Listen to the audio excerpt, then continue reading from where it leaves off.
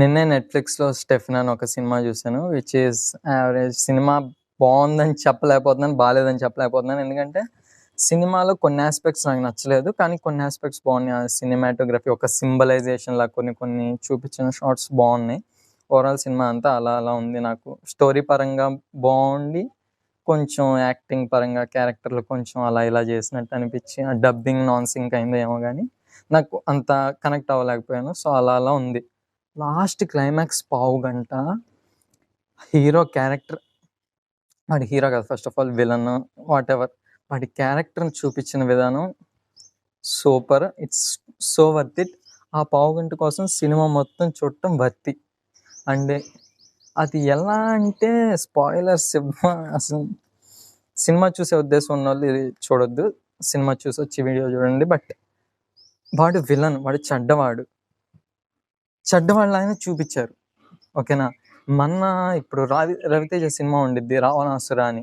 వాళ్ళేం చేస్తారు, హీరో మంచివాడు కానీ చెడ్డవాడిలాగా జనాలు ఫస్ట్ అనుకోవాలి.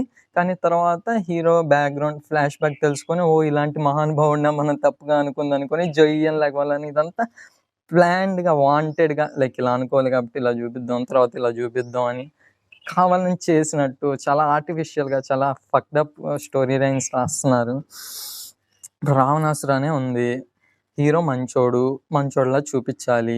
సారీ, చెడ్డోడిలా చూపించాలి. కాబట్టి మర్డర్‌లు చేసాడు, రేపులు చేశాడు అన్నట్టు చూపిస్తారు. తర్వాత వీడు రేప్ చేయలేదు, ఓన్లీ మర్డరే చేశాడు కాబట్టి మంచోడు. ఆ మర్డర్ కూడా వాడికి ఒక రీజన్ ఉంది కాబట్టి, వాడికి ఏదో అన్యాయం జరిగింది కాబట్టి చేశాడు. కాబట్టి వీడు ఇప్పుడు హీరో అన్నట్టు చూపిస్తారు. వాడు నిజంగా మంచోడైతే నీకు స్టోరీ ఎలా రాయాలి, వాడికి ఏదో తప్పు జరిగింది, అన్యాయం జరిగింది. సో ఇప్పుడు వాడు రివెంజ్ కోసం వెళ్తున్నాడు. ఒక పక్క బాధ, కోపం, రివెంజ్ కోరుకుంటున్నాడు.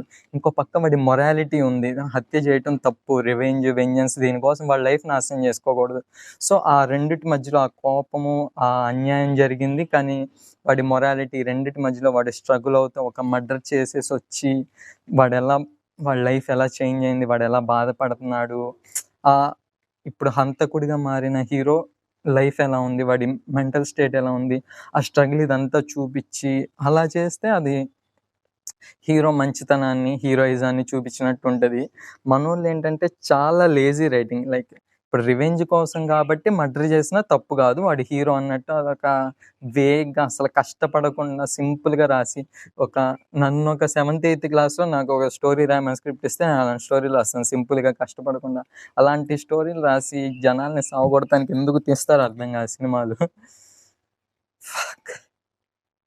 దీంట్లో ఉంది, వాడొక హైలీ ఫంక్షనింగ్ సోషియోపాత్. వాడిని అలాగే చూపించారు. వాడికి ఎక్కడ వాడి మొరాలిటీ ఇచ్చి, అయ్యో పాపం చిన్నప్పుడు వాళ్ళ అమ్మ కొట్టింది, వాళ్ళ నాన్న ఏదో అన్నాడు కాబట్టి వాడు ఇలా అయ్యాడు అని వాడికి ఒక జస్టిఫికేషన్ ఇవ్వాలి ఆ క్యారెక్టర్కి. వాడు చెడ్డోడు, తప్పులు చేశాడు, మర్డర్స్ చేశాడు, వాడు ఎదవే అన్నట్టు చూపించారు. అలా రాయొచ్చు కదా. లైక్ మంచోడు అనుకో, వాడు మంచోడే, మంచితనం వల్ల వాడు ఇలా కష్టపడుతున్నాడు, అలా రాయొచ్చు కదా.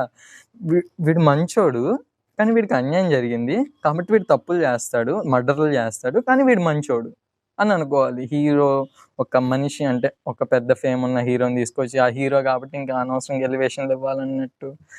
విక్రమ్ ఉంది, విక్రమ్లో కూడా అంతే. ఇప్పుడు కమల్ హాసన్ ఏం చేస్తున్నాడు, తప్పు జరగకూడదు, అన్యాయం జరగకూడదు, డ్రగ్స్ వల్ల యూత్ నాశనం అయిపోతుంది, అందరు కోతుల్లా తయారవుతున్నారు, తల్లికి అక్క కూడా తేడా తెలియకుండా పోతుంది, ఇలాగైతే అది ఇదని చాలా మోరల్ వర్చ్యూ ఉన్నట్టు మాట్లాడతాడు. సరే ఓకే, నువ్వు మంచోడివి, అర్థమైంది, వెళ్ళి మర్డర్స్ చేస్తాడు. ఇప్పుడు వాడు డబ్బుల కోసం డ్రగ్స్ అమ్ముతున్నాడు విలను, వ్యాపారం చేస్తున్నాడు, తప్పుడు వ్యాపారం చేస్తున్నాడు, అది తప్పు. డ్రగ్స్ అమ్మటం తప్పు అంటున్నావు, నువ్వు వెళ్ళి మర్డర్స్ చేస్తున్నావు. వాడు విలను, వాడు చెడ్డోడు, వాడు మర్డర్లే చేస్తాడు, డ్రగ్సే అమ్ముతాడు. నువ్వు మంచోడివి కదా, నువ్వు వెళ్ళి మర్డర్స్ చేస్తే నువ్వు లైన్ క్రాస్ అవ్వట్లేదా, నీకు ఒక మనిషి ప్రాణం తీయట్లేదా, అది తప్పు కాదా? లైక్ నేను మంచోడిని అని పేరు చెప్పుకొని తప్పులు చేసే హీరోల్ని మనం హీరోలుగా ఒక ఇన్స్పిరేషన్గా చూపిస్తున్నారు స్క్రీన్స్ మీద. అన్ని సినిమాలు అట్లాగే ఉంటాయి. How fucked up is that. And నేనేమి ఏ హీరోల్ని కానీ తెలుగు దీన్ని కానీ తక్కువ చేయట్లేదు. స్టోరీస్ చాలా ఇంపార్టెంట్. మన ప్రపంచాన్ని, ఆబ్జెక్ట్స్ని యాజ్ ఇట్ ఈస్ చూడం, రియాలిటీని ఉన్నది ఉన్నట్టు చూడం. మన పర్సెప్షన్ ద్వారా, మన స్టోరీస్ ద్వారానే మనం ప్రపంచాన్ని చూస్తాం. ఇప్పుడు ఒక ఎలక్ట్రీషియన్‌కి స్క్రూ డ్రైవర్ చూస్తే అది వాడికి అన్నం పెట్టే, వర్క్ ఇచ్చే పనిముట్లులా కనిపిస్తది. అదే ఒక సీరియల్ కిల్లర్‌కి స్క్రూ డ్రైవర్ చూస్తే అది వాడికి మర్డర్ వెపన్‌గా కనిపిస్తది. అక్కడ వెపన్ అదే, ఆబ్జెక్ట్ అదే. కానీ మనం ఆబ్జెక్టివ్ వరల్డ్‌ని చూడం.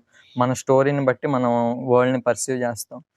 సో, స్టోరీస్ చాలా ఇంపార్టెంట్. నేను సినిమాలకు చాలా ఇదిస్తాను.